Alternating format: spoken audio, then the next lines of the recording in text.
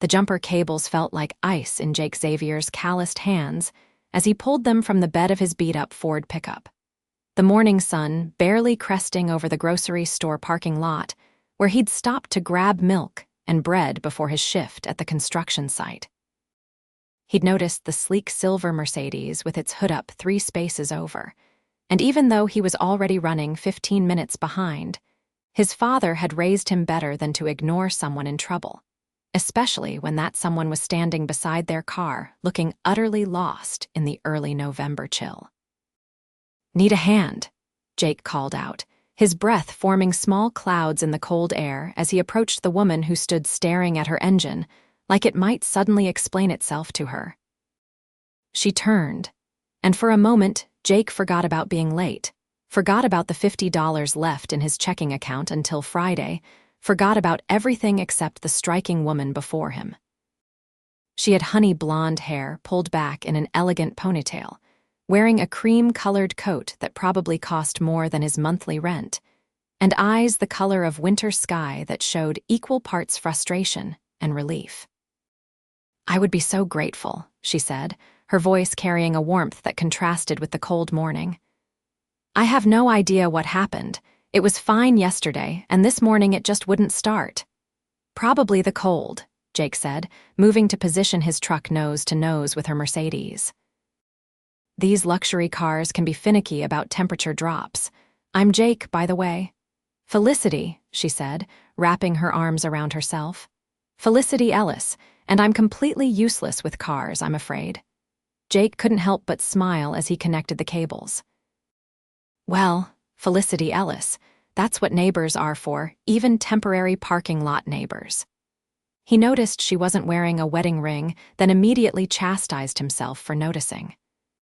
A woman who drove a car like this was way out of his league. And besides, he had exactly 0 time for romance in his life.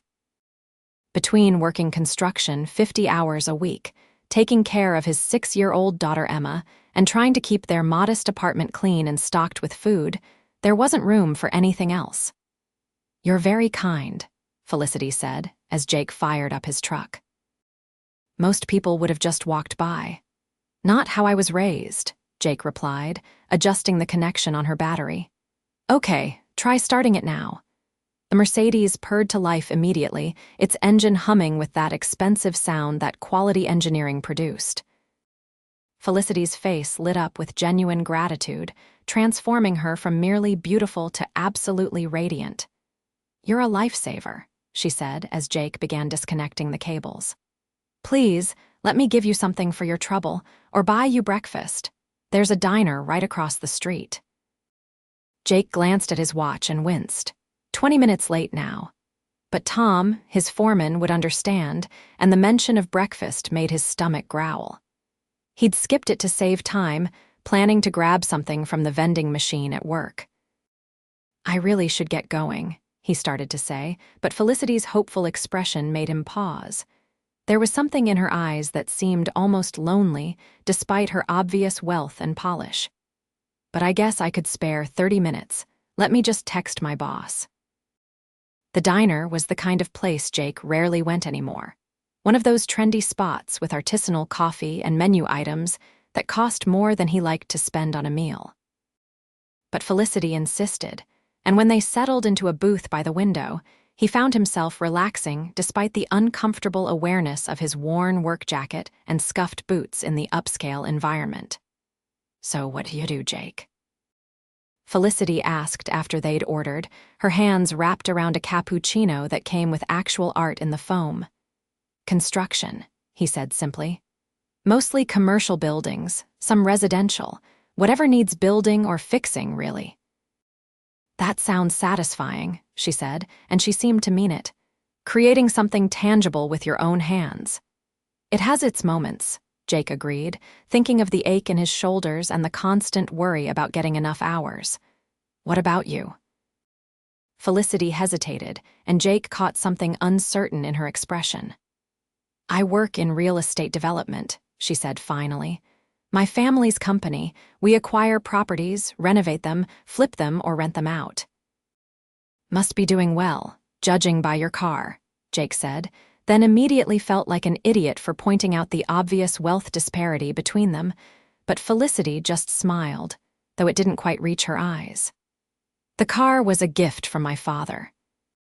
He has very specific ideas about the image I should project. There was a story there, Jake sensed, but before he could respond, their food arrived. He'd ordered the simplest thing on the menu, scrambled eggs and toast, while Felicity had some kind of avocado situation that looked like it belonged in a magazine. "Do you have family?" Felicity asked, and Jake's entire face transformed at the question. "I have a daughter," he said, pulling out his phone to show her his lock screen, a picture of Emma with her gap-toothed grin and wild curly hair that she'd inherited from her mother. "Emma, she's 6, and she's basically the entire reason I exist."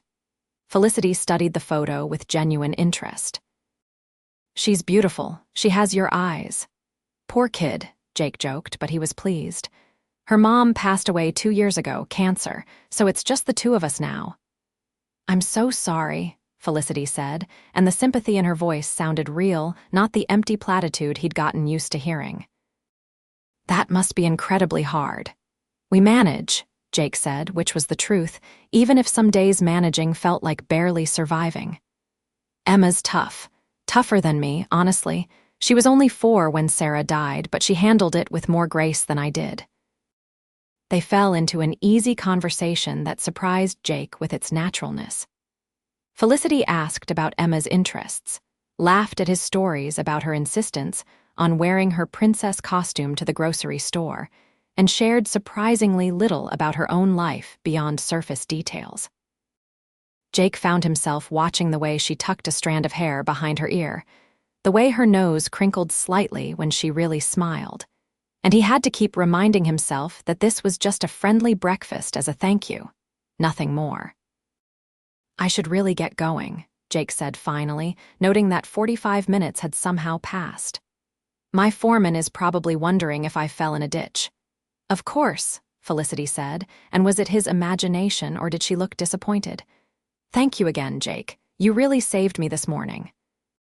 "Happy to help," he said, standing and grabbing the check before she could. It made a bigger dent in his budget than he'd like, but his pride wouldn't let her pay, not when he'd suggested coming here. It was only when he looked at it that he realized she hadn't actually suggested the diner. He had misremembered. She'd offered to buy him breakfast anywhere. Outside, as they walked back toward their cars, Felicity paused. "Jake, I know this might be forward, but could I give you my number? In case you ever need anything." "A favor returned, you know?" Jake hesitated. Every practical bone in his body told him that getting involved with someone like Felicity Ellis was a terrible idea. They lived in different worlds. But there was something about her, something genuine beneath the expensive exterior, that made him pull out his phone. "Sure," he said, typing in her number as she recited it. "Though I can't imagine what you'd need from a construction worker." "You never know," Felicity said, and this time her smile reached her eyes. "Maybe I'll need someone to jumpstart my car again." Jake drove to work with a strange lightness in his chest that had nothing to do with the coffee he'd consumed, and everything to do with the memory of winter sky eyes and a smile that seemed to hold secrets. The construction site was its usual organized chaos, with Tom giving him only minimal grief about being late once. Jake explained about helping someone with their car. The day passed in the familiar rhythm of physical labor, the bite of cold air, and the satisfaction of seeing progress on the medical center they were building. But Jake found his mind drifting back to Felicity more often than it should, wondering what she was doing, whether she'd actually meant it about him calling, whether he was an idiot for even thinking about it. He picked Emma up from after-school care at 5:30, and the sight of her running toward him with her backpack bouncing erased all other thoughts from his mind. "Daddy," she launched herself at him, and he caught her with practiced ease, swinging her up despite the protest in his tired muscles. "Guess what? We made volcanoes in science today, and mine exploded the biggest." "That's my girl," Jake said, pressing a kiss to her forehead. "Always going for the biggest explosion. In the car, Emma chattered about her day while Jake navigated the evening traffic toward their apartment. They lived in a modest two-bedroom place in a neighborhood that wasn't great but wasn't terrible, where Jake kept his truck parked under a street light and always walked Emma directly to and from the car. It was clean, safe enough, and most importantly, affordable on his budget. "Can we have spaghetti for dinner?" Emma asked as they climbed the stairs to their second-floor unit. "You always want spaghetti," Jake teased, unlocking their door. "Because it's the best," Emma said with the simple logic of a 6-year-old. While Emma settled at the kitchen table to do her homework, Jake started boiling water and browning ground beef, falling into the comfortable routine they'd established over the past 2 years. He helped her with her math problems while stirring sauce, checked her spelling words while setting the table, and listened to her read from her library book while they ate. This was his life, and most days it was enough. More than enough. Emma was happy and healthy. They had a roof over their heads and food in their bellies, and Jake had the satisfaction of honest work and his daughter's love. But sometimes, in the quiet moments after Emma went to bed, and he was alone with the bills, and the constant mental calculation of whether he could afford new winter boots for her this month, or if they'd have to wait another month, he felt the weight of it all pressing down on him. That night, after Emma was tucked in with her stuffed rabbit and 3 bedtime stories, Jake found himself looking at his phone and the new contact labeled simply Felicity Ellis. He wondered what she was doing in whatever mansion or penthouse she called home. Probably didn't spend her evenings worrying about the electric bill or whether a cough meant a doctor visit they couldn't afford. He was about to put the phone down when it buzzed with an unknown number. His heart did a stupid little skip when he opened the message.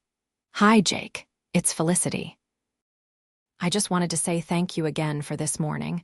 I hope you didn't get in too much trouble at work." Jake stared at the message for a long moment, debating whether to respond, but something about the simplicity of it, the genuine concern, made him type back. "No trouble. Glad I could help." "How's the car running?" Her response came quickly. "Perfect so far. Fingers crossed it stays that way." They texted back and forth for the next hour, a easy conversation that ranged from cars to favorite foods to Emma's volcano project. Felicity asked questions that showed she'd actually listened that morning, remembered details about his daughter, and Jake found himself laughing at her descriptions of her own disastrous attempts at cooking. "I once set off the fire alarm making toast," she wrote. The fire department was not impressed. "That's actually impressive," Jake replied. "Takes skill to burn toast that badly. I'm a woman of many talents, most of them useless." "I doubt that." There was a pause longer than the others, and then, "You'd be surprised what people consider valuable. Sometimes I think the least important things about me are the ones people care about most." Jake read that message several times, sensing the loneliness beneath it. Before he could formulate a response, another message came through. "Sorry, that got dark. I should let you get to sleep." "You probably have to work early." "I do," Jake admitted, "but I'm glad you texted. Sleep well, Felicity." "You too, Jake. Sweet dreams." Jake did sleep well, better than he had in months, and if his dreams featured honey blonde hair and winter sky eyes, well, that was nobody's business but his own. The next few days fell into their usual pattern, but with a new element woven through them. Felicity texted him each evening, always after Emma's bedtime, as if she'd intuited his routine without being told. They talked about everything and nothing, surface conversations that occasionally dipped into deeper waters. Jake learned that she was 29, 2 years younger than him, that she'd gone to boarding school and Ivy League college, that her mother had died when she was young, and that she felt trapped in a life that looked perfect from the outside. "Everyone thinks they want to be rich," she wrote one night, "but money doesn't buy the things that actually matter. If anything, it makes it harder to find them." "What things are you looking for?" Jake asked. "Something real." "Someone who sees me, not my bank account or my last name or what I can do for them." "Is that naive?" "No," Jake typed back. It's human. On Friday evening, Emma was invited to a sleepover at her best friend Mia's house, the first social event Jake had allowed since Sarah's death. He'd met Mia's parents multiple times, checked out their home, and still felt anxious about letting Emma out of his sight overnight. But she was so excited, bouncing off the walls as he packed her overnight bag, and he knew he couldn't let his own fears hold her back from being a normal kid. After dropping Emma off with about 1,000 reminders to call if she needed anything, Jake found himself back at their empty apartment with an entire evening stretching ahead of him. He should clean, or meal prep for the week, or fix the leaky faucet he'd been meaning to get to. Instead, he found himself texting Felicity. "What are you doing tonight?" Her response came fast. "Avoiding a charity gala my father wants me to attend. You." Emma's at her first sleepover. "I'm sitting in my apartment trying not to worry." First sleepover is a big deal. Want some company? "I could bring dinner. I promise not to cook it myself." Jake stared at his phone, his heart hammering. Inviting her over was a terrible idea. She'd see how he really lived. The threadbare couch he'd bought secondhand, the kitchen table that wobbled no matter how many times he tried to fix it, the obvious gap between their worlds. But the thought of spending the evening alone, worrying about Emma and trying to distract himself with chores, made him type. "Sure, I'd like that." An hour later, there was a knock on his door. Jake had spent that hour in a frenzy of cleaning that he told himself was just normal tidying up, but which involved hiding the stack of bills on the counter and making sure there were no visible holes in the throw pillows.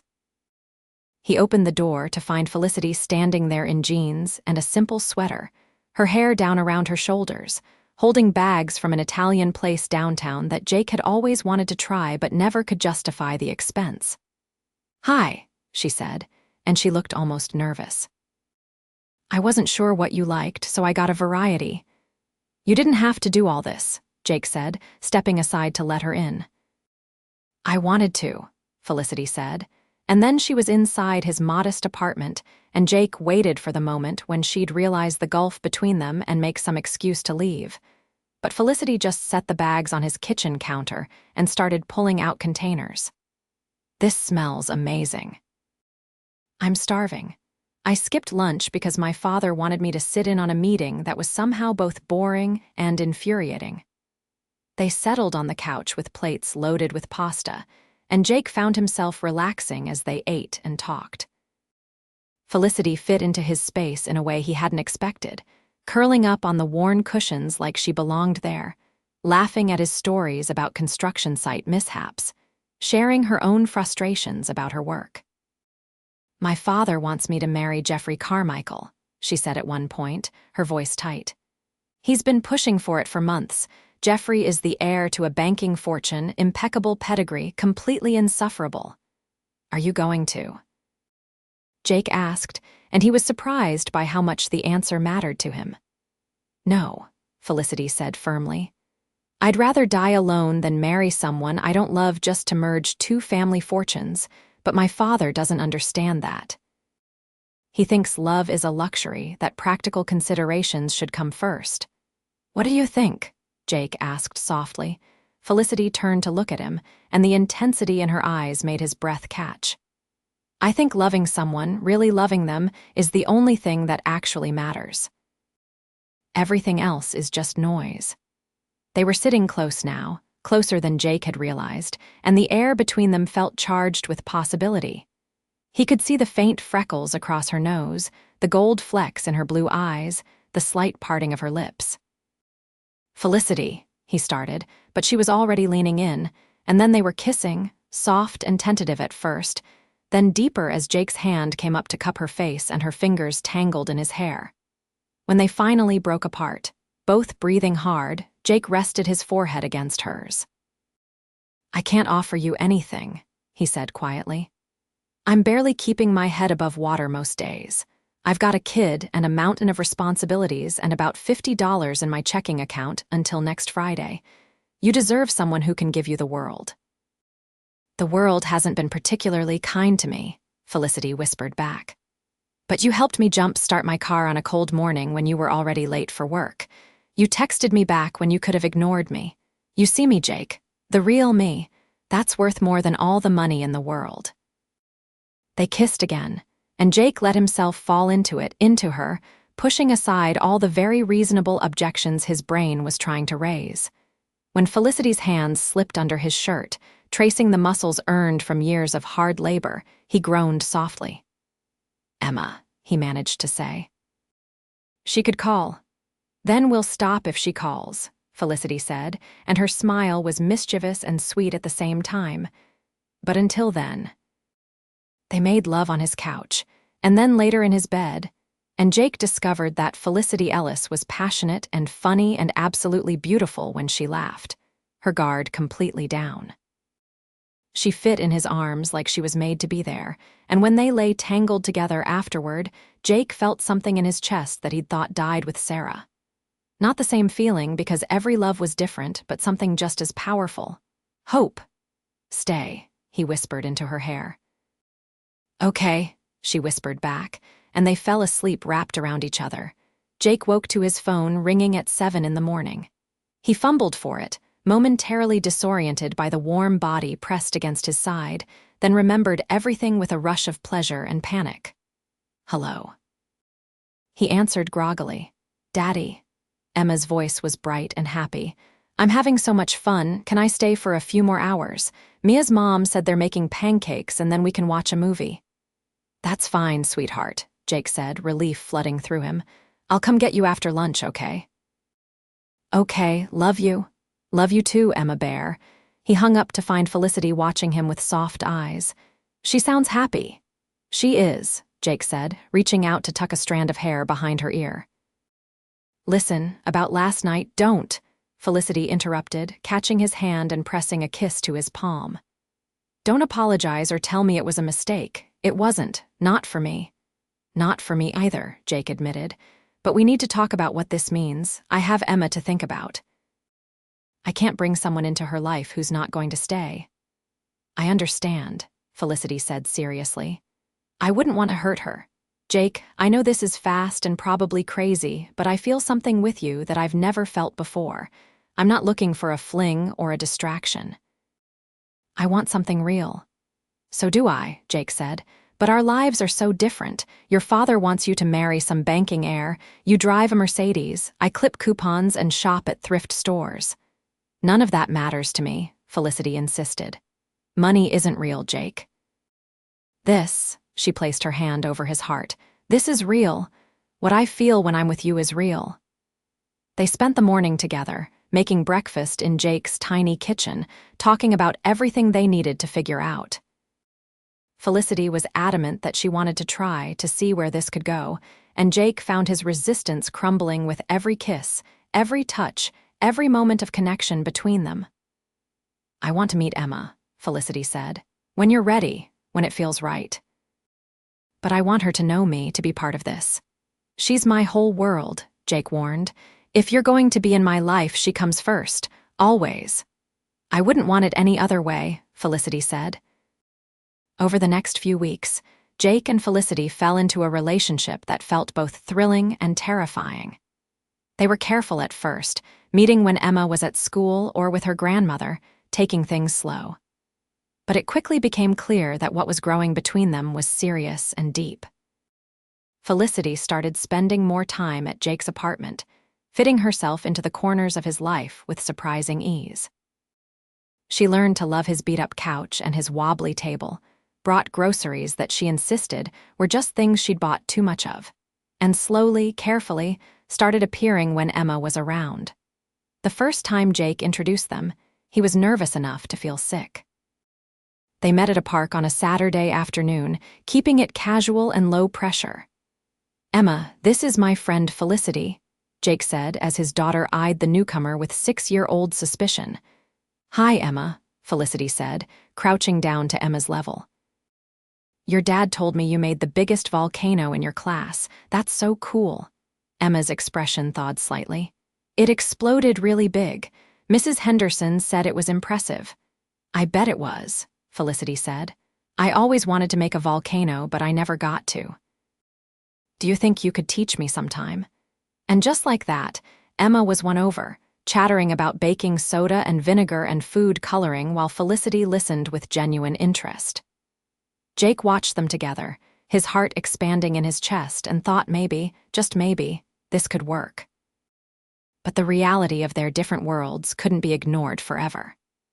Felicity's father, Richard Ellis, was a formidable presence in the real estate development world, and he had very specific plans for his daughter that didn't include a construction worker with a kid.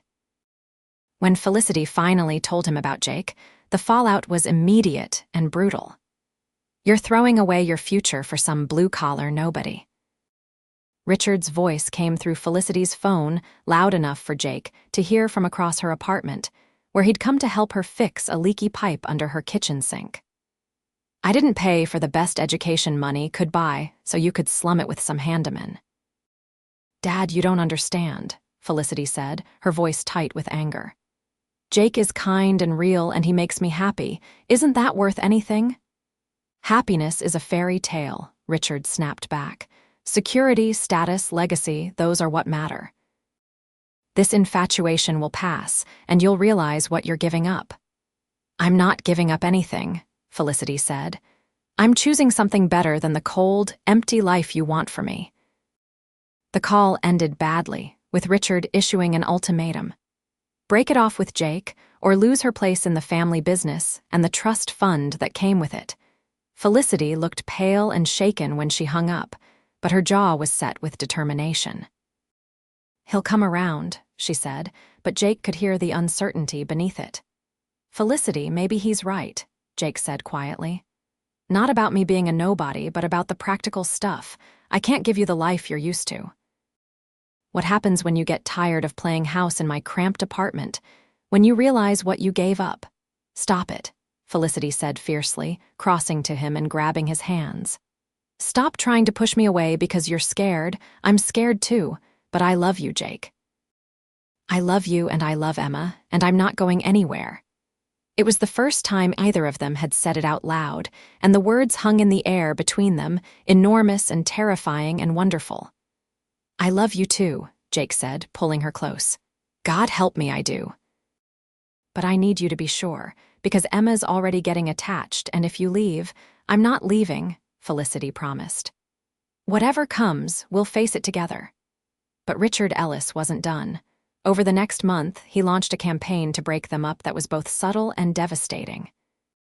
He had investigators look into Jake's background, trying to find anything disreputable.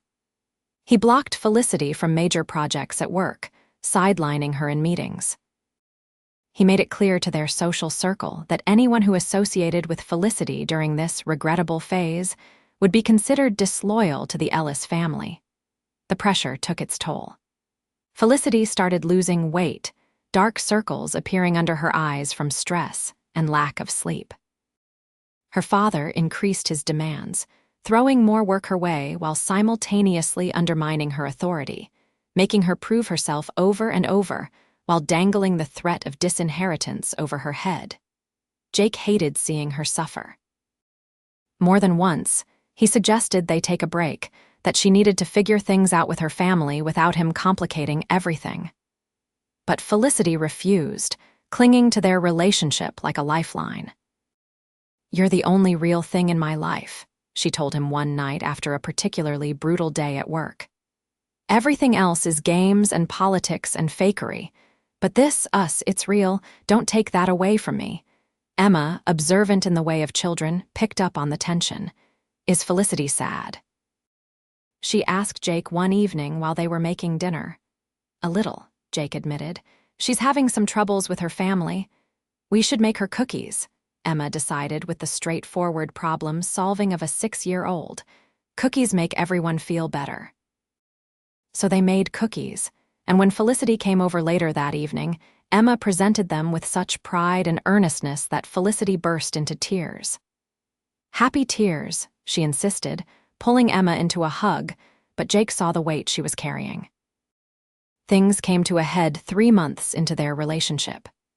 Richard Ellis showed up at Jake's construction site during lunch break, his town car looking wildly out of place among the concrete and scaffolding.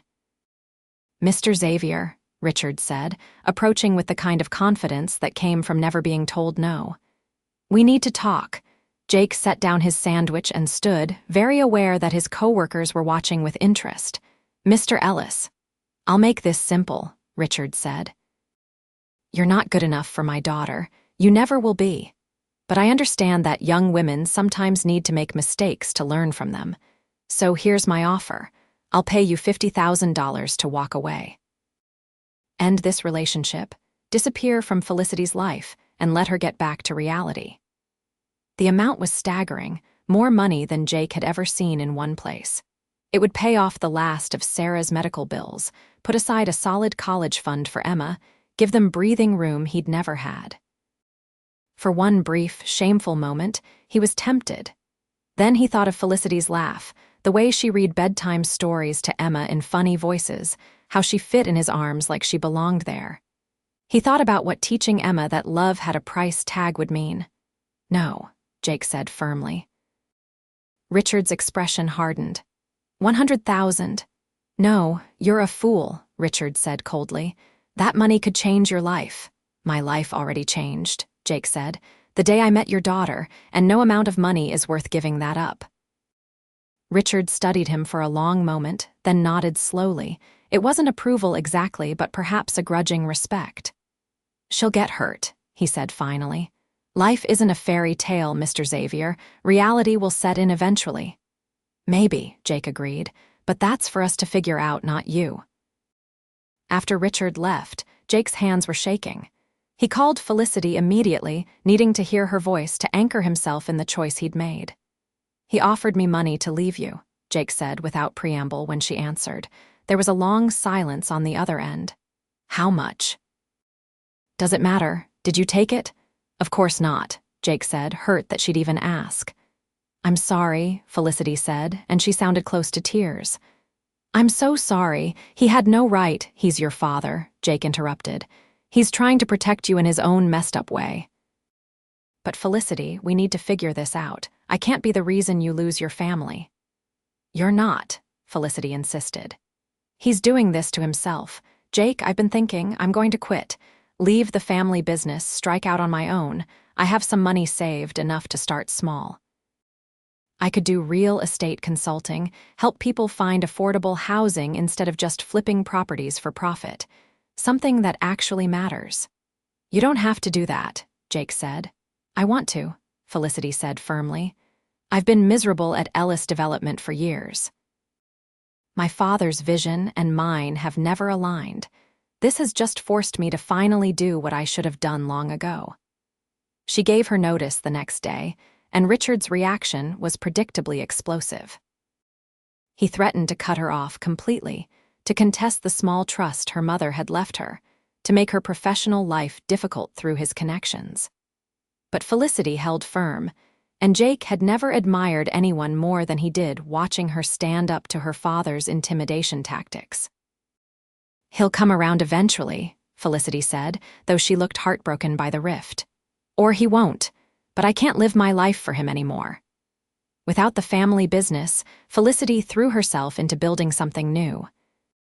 She started small, consulting with first-time homebuyers, helping them navigate the confusing world of real estate.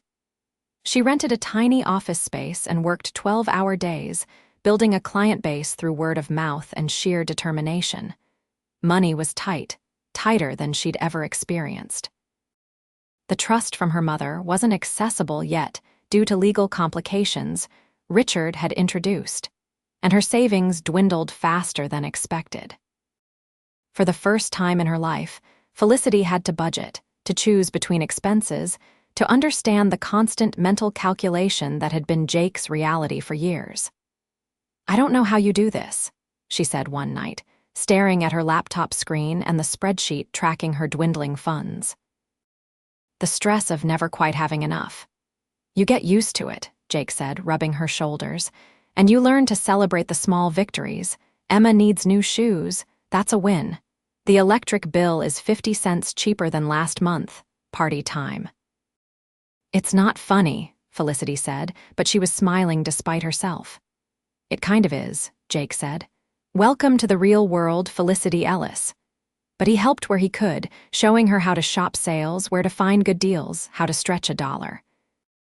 And Felicity, to her credit, adapted faster than he'd expected. She learned to cook, actually cook, producing meals that were only slightly burnt and usually edible.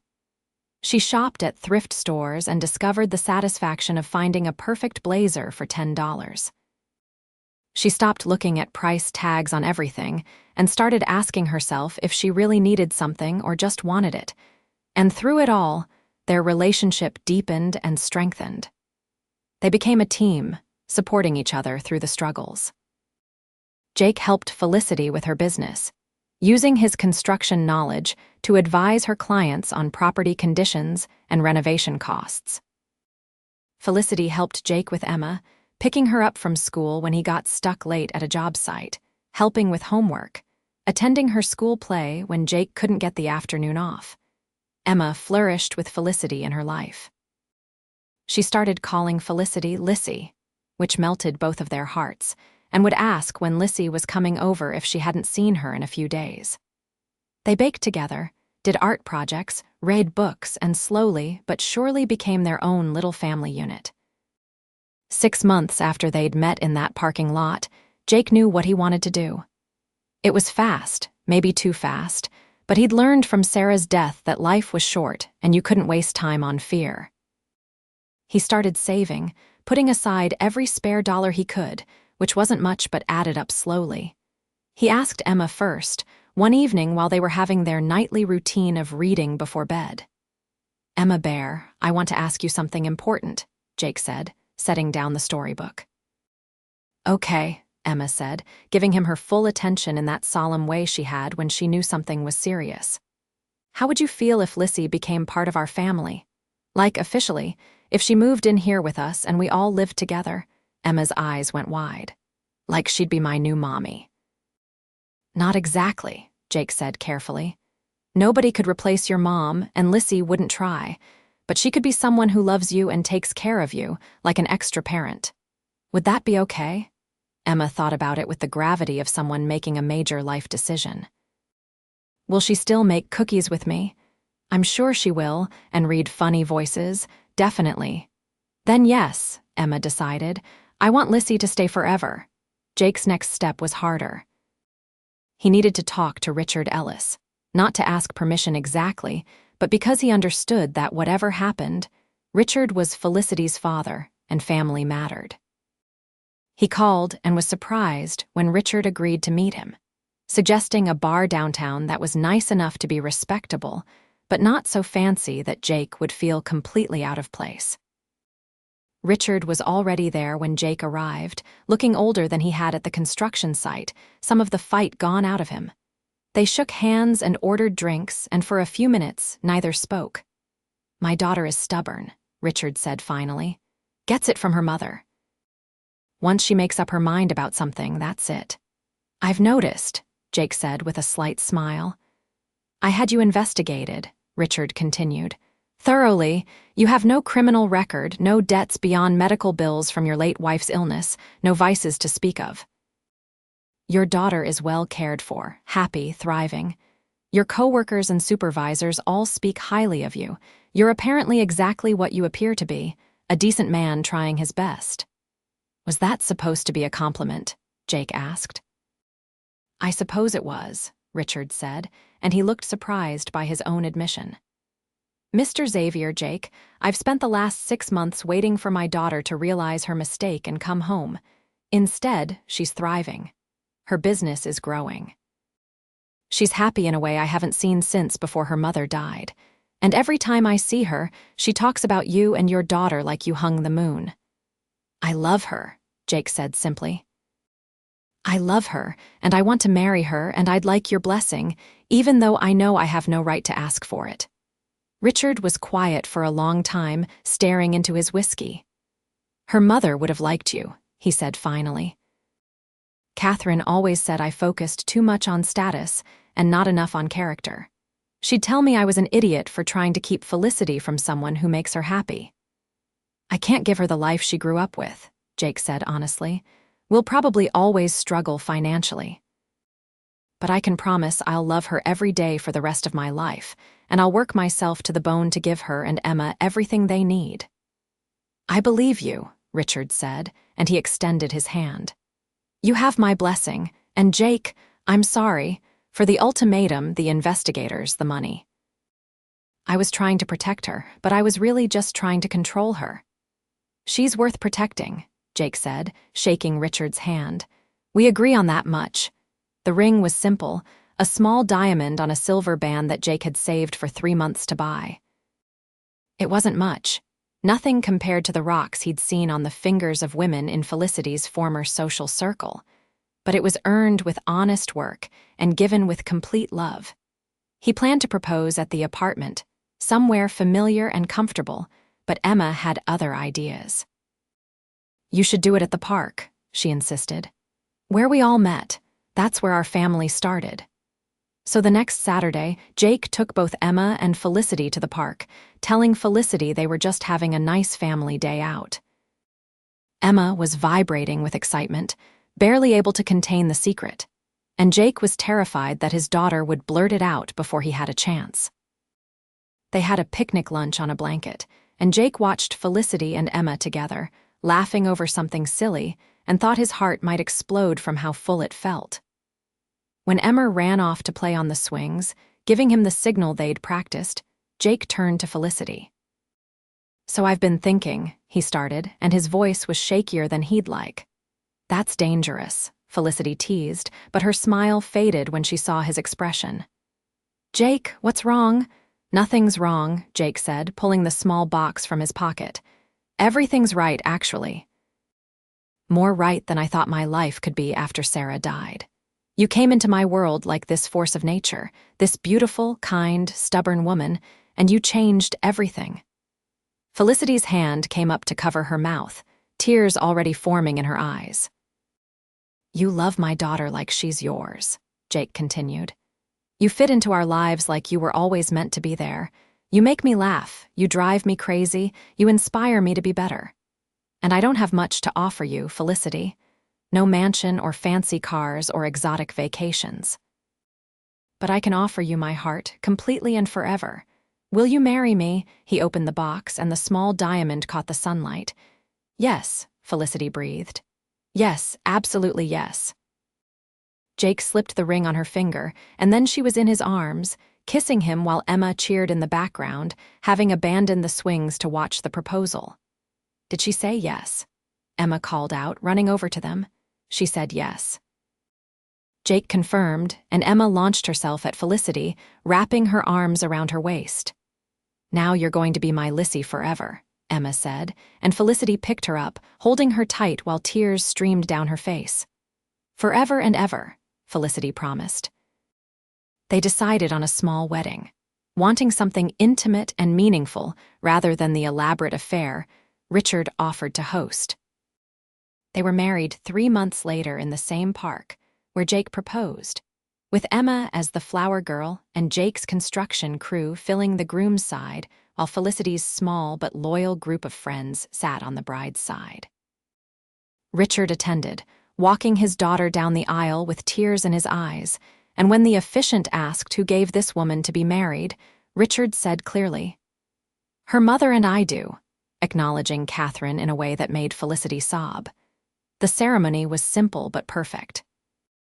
Emma stood between them during the vows, and when the officiant pronounced them married, they sealed it with a 3-way hug that had everyone in attendance dabbing at their eyes. The reception was held at a modest restaurant, with dancing and toasts, and so much love that the lack of fancy decorations or expensive champagne didn't matter at all. Jake's foreman, Tom, gave a speech about how Jake had been walking around like a lovesick teenager for months, and it was about time he made an honest woman of Felicity. Felicity's best friend from college talked about how she'd never seen Felicity truly happy until Jake came into her life. When Richard stood to speak, the room fell quiet. "I'll admit I didn't approve of this marriage at first," Richard said, his voice carrying across the room. I thought my daughter was making a mistake, throwing away her future, but I was wrong.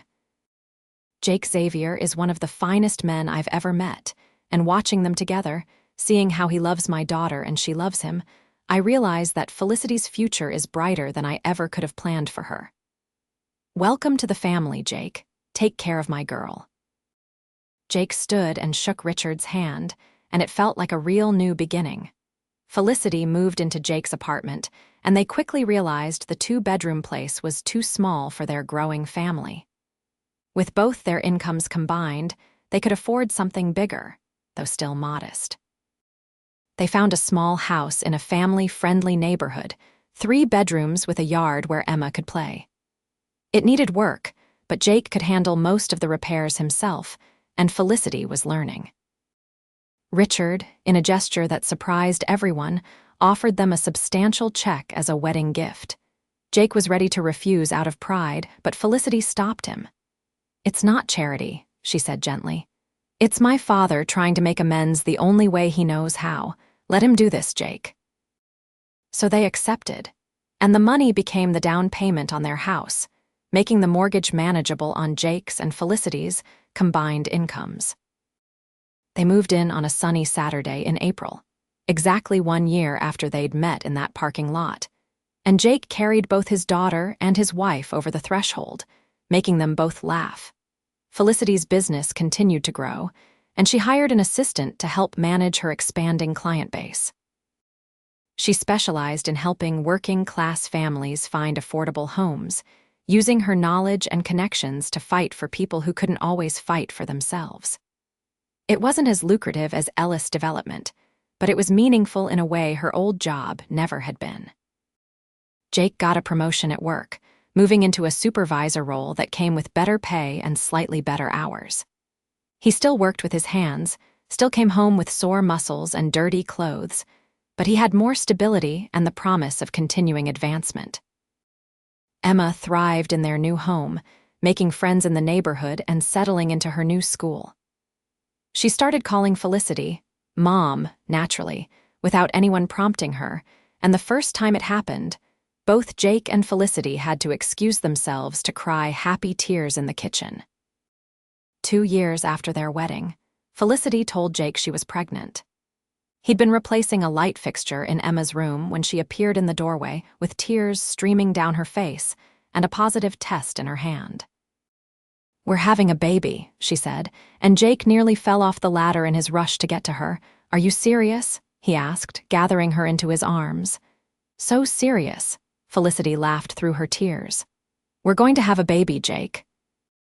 They told Emma that evening at dinner, and her reaction was everything they could have hoped for. She jumped up from her chair and ran around the table, chattering about teaching the baby all her favorite things and how she'd be the best big sister ever. The pregnancy was healthy and relatively easy, and 7 months later, Jackson Robert Xavier was born, named after Jake and Richard. He came into the world screaming, a healthy 8 pounds with a shock of dark hair and his mother's blue eyes. Jake held his son for the first time and felt the same overwhelming wave of love he'd felt when Emma was born. That fierce protective instinct that made him want to give this tiny human the entire world. Felicity watched him with their son, and Emma crowded close to see her new baby brother, and Jake thought about how much his life had changed in 3 years. Richard was at the hospital within an hour of being called, bringing flowers for Felicity and a stuffed animal for Emma and tears in his eyes when he held his grandson. "He's perfect," Richard said, his voice thick with emotion. "You've built something beautiful here. I'm proud of you, both of you." Life settled into a new rhythm with the baby. Jake took on extra projects when he could, saving money for Jackson's future and Emma's college fund. Felicity worked from home more, building her business around the baby's schedule. Emma was a doting big sister, always wanting to hold Jackson and singing to him when he cried. Money was still tight sometimes, but they managed. They learned to navigate the challenges of blending their different backgrounds, finding compromise between Jake's penny-pinching habits and Felicity's occasional impulse to spend on things they didn't strictly need. They argued sometimes about money or parenting decisions or whose turn it was to do the dishes. But they always talked it through, always came back to the love that anchored everything. On their 5th wedding anniversary, they returned to the park where they'd met, where Jake had proposed, where they'd gotten married. Emma was 10 now, starting to show signs of becoming a teenager, and Jackson was a busy 3-year-old who kept them on their toes. "Remember when I couldn't get my car started?" Felicity asked, leaning against Jake's shoulder while they watched Emma push Jackson on the swings. "Best dead battery in history," Jake said, pressing a kiss to her temple. "Changed my entire life." "Mine too," Felicity said. "I was so lost back then, going through the motions of a life that looked perfect but felt empty.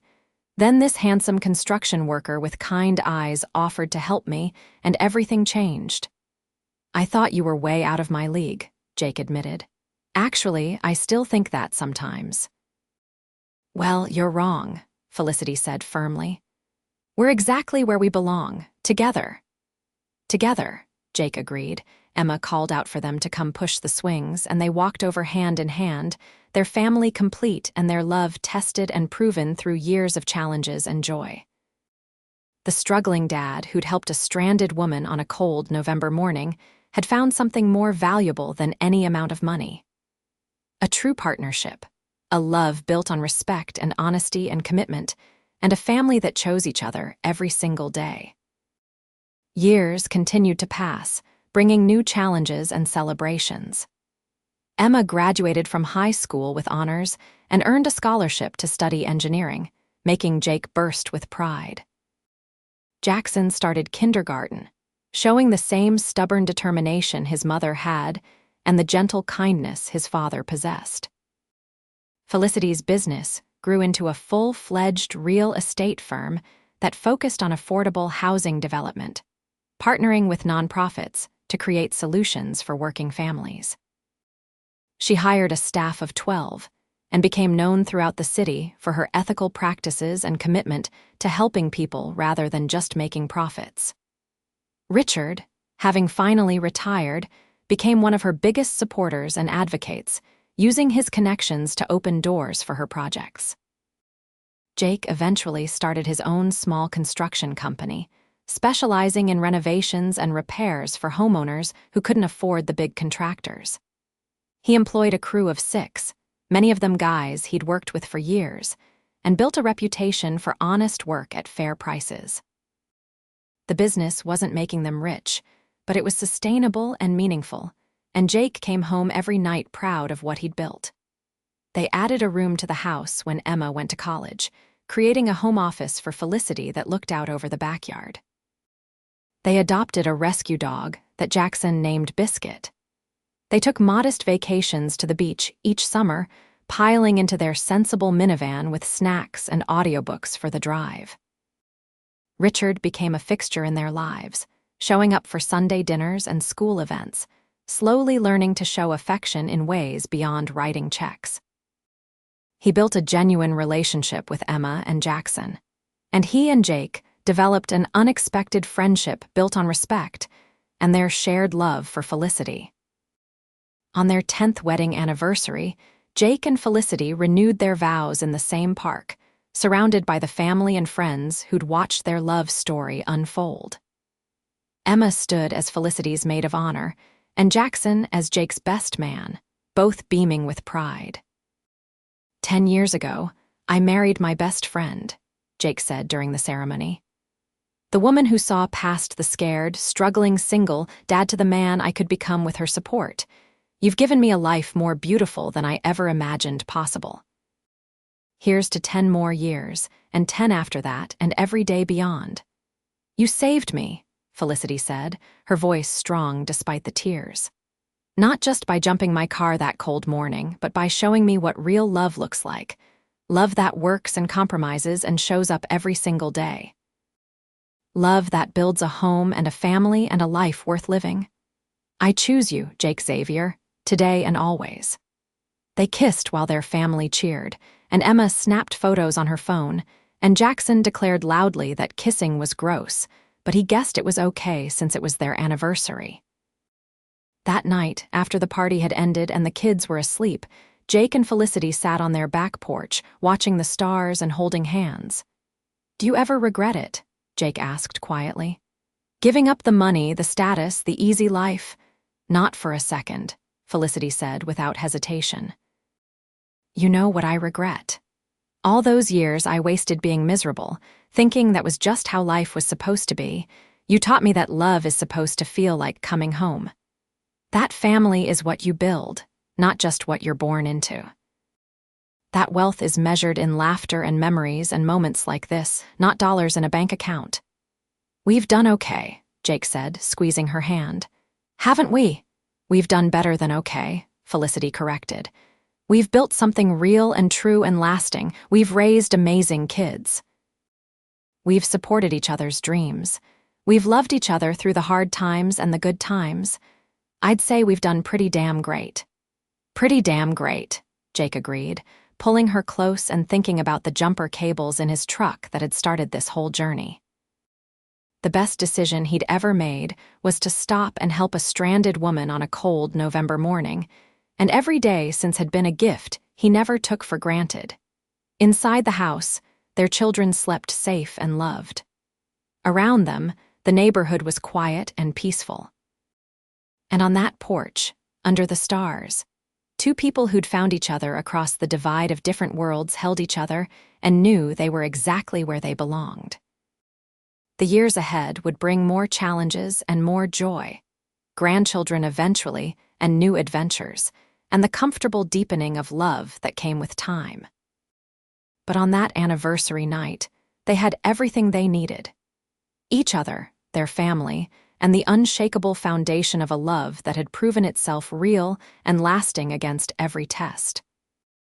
Felicity had been a millionaire looking for real love, and she'd found it in a struggling dad who'd offered her jumper cables and honest kindness. Jake had been barely keeping his head above water, and he'd found a partner who dove into his world and made it theirs together. They'd built a life that was richer than any bank account could measure, and they'd done it one day at a time, one choice at a time, one act of love at a time. It wasn't a fairy tale ending because their story didn't end. It continued, day after day, year after year. Two people showing up for each other and their family, choosing love over convenience, commitment over comfort, partnership over perfection. And in that continuation, in that daily choice to love and be loved, they found something more valuable than any fantasy. They found real, true, lasting happiness.